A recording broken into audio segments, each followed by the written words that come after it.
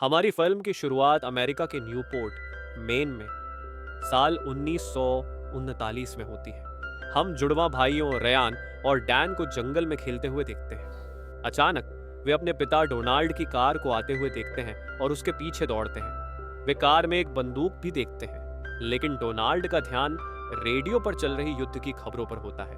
वह घर पहुंचते हैं जहां पत्नी, छोटी बेटी और बेटा टोनी उनका स्वागत करते हैं। थोड़ी देर बाद रयान और डैन भी घर पहुंचते हैं और पिता का अभिवादन करते हैं। डोनाल्ड अपने बच्चों को सेना जैसी सख्ती से अनुशासित करता है, भले ही वह समय शांति का हो। बाद में रयान और डैन मछली पकड़ने की यात्रा पर जाने के लिए अपने पिता का इंतजार कर रहे होते हैं। तैयारी के दौरान दोनों झगड़ने लगते हैं। डोनाल्ड उन्हें सजा देता है, कार धोने का आदेश देता है। बाहर झगड़ा जारी रहने पर डोनाल्ड उन्हें डराता है ताकि उनके मन में भय बैठ जाए। वह उन्हें लड़ने देता है ताकि वे सीखें कि अगर कुछ शुरू कर दिया तो हर बार उससे पीछे नहीं हट सकते। उनकी माँ हस्तक्षेप करती हैं, उन्हें बताती हैं कि रात का खाना तैयार है और सभी को खाना है। खाने के दौरान डोनाल्ड बुरी खबर देता है, उसे युद्ध के कारण फिर से काम पर लौटना पड़ेगा और मछली पकड़ने की यात्रा स्थगित करनी पड़ेगी।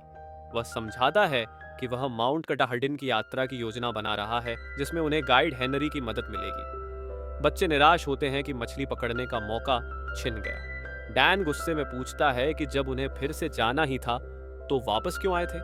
वह टेबल से उठकर अपनी बिल्ली के पास चला जाता है। माँ उसके पीछे जाती हैं, धीरे से बात करती हैं और उसके बाल संवारने ले जाती हैं। वह उसे उसके जन्मदिन की कहानी बताती है, कैसे डोनाल्ड रो पड़ा था और कहा थे खुश कपल है क्योंकि भगवान ने उन्हें जुड़वा बच्चों का आशीर्वाद दिया। उन्होंने समझाया कि उसके पिता का काम कठिन है और वह उनके साथ रहना चाहता है, लेकिन जिम्मेदारियां आड़े आती हैं।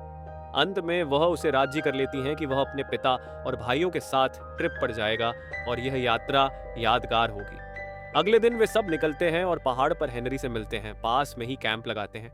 रात के खाने पर हेनरी पहाड़ की कहानियां सुनाता है। डैन कहता है कि यह तो बस एक साधारण पहाड़ है, कुछ खास नहीं। हेनरी कहता है कि यह साधारण नहीं है, चढ़ाई आसान है, लेकिन यह पहाड़ विशाल है और जो इसमें गया है वो लौट कर नहीं आया। वह उन्हें एक दंत कथा सुनाता है, टमूला नामक भारतीय देवता की, जो पहाड़ की चोटी पर रहता है। वह विशाल और सांप जैसा है, उसके पास बड़ी बड़ी दाढ़ें हैं और वह बिजली व गरज के साथ दुश्मनों पर वार करता है। डैन को यह कहानी झूठ लगती है और कहता है तुम बस हमें डराना चाहते हो, लेकिन रयान डर जाता है और बाद में पूछता है क्या वाकई टमूला जैसा कोई प्राणी है। डैन उसे दिलासा देता है यह सिर्फ डरावनी कहानियां हैं। अगले दिन वे चढ़ाई शुरू करते हैं। आधे रास्ते पर टोनी ठंड से थक जाता है। डोनाल्ड लौटने की बात करता है। डैन मना कर देता है और कहता है हम तो जा रहे हैं, अगर तुम हार मानना चाहते हो तो अकेले लौटो। डोनाल्ड गुस्से में उसे मारना चाहता है, लेकिन खुद को रोक लेता है। वह हेनरी से कहता है कि वह टोनी के साथ रुके और रेयान कहता है कि वह डैन के साथ जाएगा। डोनाल्ड और टोनी नीचे उतर जाते हैं, बाकी लोग चोटी की ओर बढ़ते हैं। हेनरी सभी को साथ रहने की हिदायत देता है, रास्ता खो जाना खतरनाक हो सकता है। अचानक मौसम बिगड़ जाता है, तेज बारिश होती है और कुछ भी दिखाई नहीं देता। एक विशाल और डरावना सांप जैसा प्राणी बिजली के साथ दिखाई देता है, वह टमूला था। हेनरी उन्हें पेड़ों के नीचे छुपने को कहता है। डैन उसकी बात नहीं मानता और भाग जाता है। हेनरी उसे रोकने की कोशिश करता है, लेकिन डैन गायब हो जाता है। हेनरी और रयान नीचे उतरने लगते हैं, जबकि डैन इधर उधर भागता रहता है और जल्दी ही खो जाता है। हेनरी और रयान डैन को नहीं पाते। डैन उम्मीद करता है कि वह रास्ता वापस पा लेगा और अपने पिता के पास लौटेगा। डोनाल्ड बहुत गुस्से में आ जाता है और खुद ढूंढने निकलता है।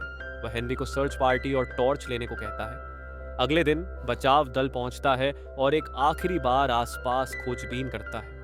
डोनाल्ड अपने बच्चों को लेकर माउंटेन पुलिस स्टेशन लौटता है और अपनी पत्नी रूथ को फोन करता है। थका हुआ डैन अपनी घायल टांग की पट्टी करता है और जमीन पर ही सो जाता है। सुबह वह उठता है और एक पंख गिरते देखता है जो टमूला के पंख जैसा लगता है। वह उसे उठा लेता है और जंगल से बाहर निकलने की उम्मीद में चल पड़ता है। रूथ स्टेशन पहुंचती है। एक अधिकारी बताता है कि पहाड़ का जंगल बहुत घना है और टीम आस-पास के इलाकों की तलाशी ले रही है। डोनाल्ड देखता है कि टीम पेड़ों की तलाशी ले रही है। चिंतित होकर वह पूछता है क्या आपको लगता है मेरा बेटा मर चुका है?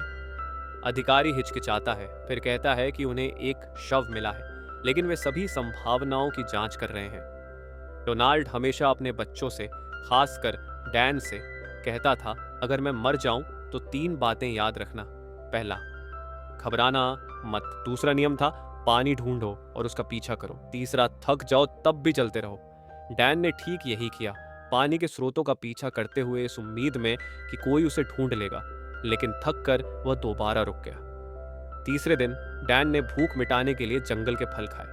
एक डॉक्यूमेंट्री क्लिप में एक अफसर कहता है कि उसे डैन के संभावित ठिकानों का अंदाजा था, लेकिन 3 दिन तक कोई सुराग न मिलने के कारण उसे चोट या मौत का डर था। डोनाल्ड ने प्रैट को कॉल किया और एक प्लेन और अधिक स्वयंसेवकों की मांग की। प्रैट ने तुरंत अपने संपर्कों को फोन किया और उनकी मदद मांगी। उसने प्रमुख मीडिया को भी सूचित किया ताकि खबर फैलाई जा सके और अधिक लोग मदद के लिए आगे आए। वास्तव में बहुत से स्वयंसेवक पहाड़ पर पहुंचने लगे। प्रमुख समाचार पत्रों ने उस क्षेत्र की तस्वीरें लीं और इसे फुलाइट खान से गुमशुदा लड़के की सबसे बड़ी खोज बताया। 5वें दिन डोनाल्ड बेहद थक चुका था। रूथ ने जोर दिया कि वह कम से कम 1 दिन के लिए घर लौट आए और आराम करे। वह पिछले 3 दिनों से नहीं सोया था।